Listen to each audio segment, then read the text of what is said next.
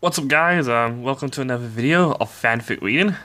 And today we're reading one called Pampered. And as you can tell, it's got Adagio Dazzle in it. And basically the description is, it's been a long time since Adagio had someone in her life who not only matched her in terms of knowing what they wanted from the other, but also enjoyed being so open about it. Now that she has just a person in the form of a newly acquired friend, Adante, she desires to take just a little bit of downtime to really enjoy having him around.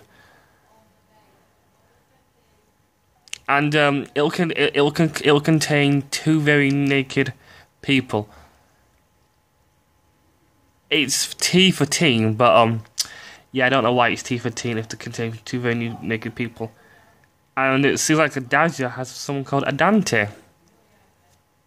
So that's kind of funny and good. Yeah.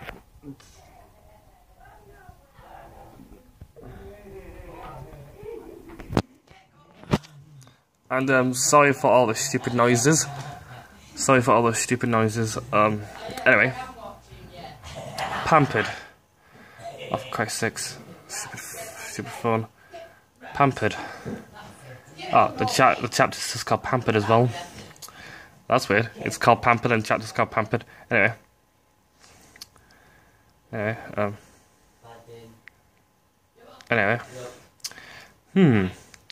Yes. That's it. Just a bit. Yes. Lower. Adagio bit her lower lip as a very definite look of satisfaction crossed her face. Presently she was in her room, which from the looks of it was designed with one thing in mind: comfort. Everywhere one looked in here, there was soft furniture, exemplified by her enormous bed, which she was currently lying on top of, belly down. But if someone were to walk in here, it was the fact that she was naked right now that would truly catch their attention. As bare as the day she was born. Adagio looked as relaxed and content as was humanly possible. A soft smile slowly growing on her face as she let out satisfied signs. Have I said how much I enjoy having you around, Adante? A chuckle was heard before she got her response. You could stand to mention it a bit more. Slowly Adagio's eyes cracked open, and she gazed upon her newly acquired lover. Adante, who had to be said, was just as dressed down as she was right now, and was hard at work, kneading her lower back gently as he sat upon the side of her large bed. Both of them, at this moment in time, appeared to have something of a glow about them, with a few droplets of sweat rolling down their respective backs, which made it pretty obvious what they'd just been getting up to here. And Dante, for his part, seemed lost in his current activity, his eyes never leaving Adagio's skin or figure as his hands worked their way further and further down her back. Flawless, utterly flawless, he mused. Adagio smirked slightly. There was all thousands of years of careful good care, my dear. Adante returned the smirk. Well, it's paid off. I don't think I've ever come across a girl. He thought on that. Sorry, never come across a woman as perfect as you. This time it was Adagio's turn to chuckle. Normally I'd say flattery would be wasted when used after lovemaking. But please do carry on. The two lovers laughed together for a time, and when that laughter died down, Adante, with a somewhat mischievous look, finally went below her back, his hands caressing her posterior, leading to a knowing look from the eldest Simon. You naughty boy. Didn't you get enough of that during our little tussle earlier? Adante raised an eyebrow. Frankly, I think a man would be crazy to think he'd never get enough of this lovely sight. Adagio thought on that. Good point. Carry on. And carry on he did, as the boy's hands worked with almost expert-level grace, massaging every single soft spot she had there. From the look on her face, it was pretty clear that she was enjoying herself. especially when she let out brief moans here and there. But as the old saying went, all good things must come to an end, and Adante eventually moved beyond her rear, to the backs of her thighs, prompting a disappointed sigh from the siren. Oh well, guess I'll have to wait till next time for more of that. Adante nodded. In that case, I'll try not to disappoint when the time comes. Continuing his rather professional attitude in this, he carried it on, kneading the backs of her legs, going down slowly and gently, causing Adagio to relax a great deal, as though most of whatever tension she had was just melting away with every touch her lover made on her. All these moments of giving massages at the spa. Nice to be on the receiving end of it for once. Adante smiled. I'm sure you deserve it. I doubt any past lovers of yours were as considerate. Well, not without some persuasion from you, of course. Thoughtfulness crossed Adagio's face at that. Well, my husband certainly tried, bless him. He was never the best, but he tried. Her companion looked to her. Glad to hear he treated you well. Adagio smiled.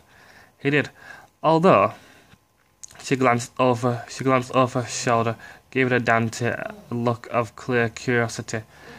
I'd be rather interested at how many people you've been with. An expression of slight cockiness came to the boy. Not as many as you've had, I'm sure. Adagio took a moment to move aside a stray bit of her hair that had fallen in front of her face, returning to her earlier smirk as she did so. Guilty as charged, still.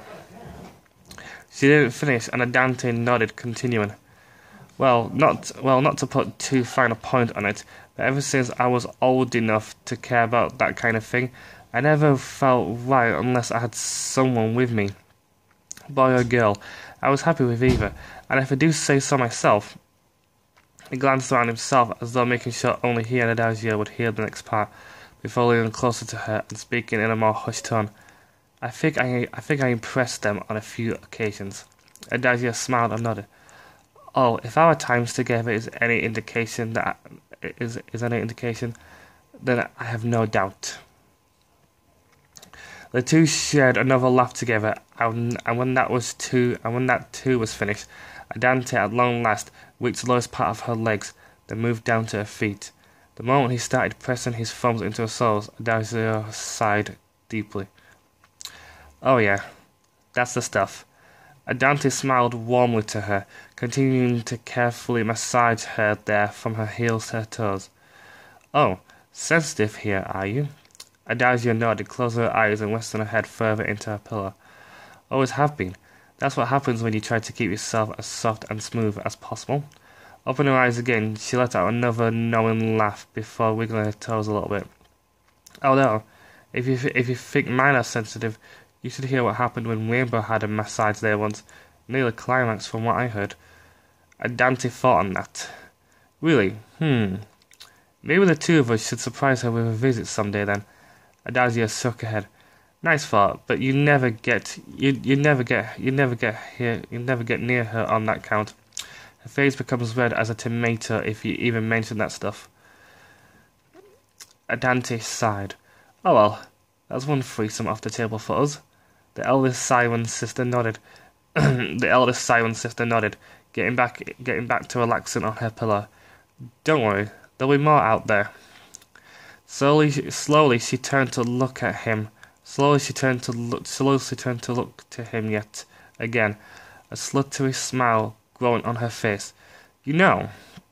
She flipped over, pulling her feet out of Adante's hands and crossing her legs as she lay upon her back on the bed. So the boy looked to her, and she in turn looked him in the eye with sheer hunger in expression. One thing you should know about us sirens, Adante. Her smirk deepened. We don't tire from just one good get-together a night. Now, while most guys that Adagio knew might have been intimidated or otherwise embarrassed by such words, Adante continuing to show why Adagio liked having him around so much, instead returned the expression. He slowly crept onto the bed and began to lay beside her, gently placing his hands upon the side of hers and caressing her there. In that case, I'll endeavour to keep up. Adasia, still looking to him lustfully, leaned closer and gave him a quick peck on the lips before replying in a low and silky tone, "Well then, what are we waiting for?" The end. Again, sorry for all the other noise, but sorry for all that stupid other noise. Yeah, ignore them. But that's it for me today, guys, and see you tomorrow for a review. Bye, guys.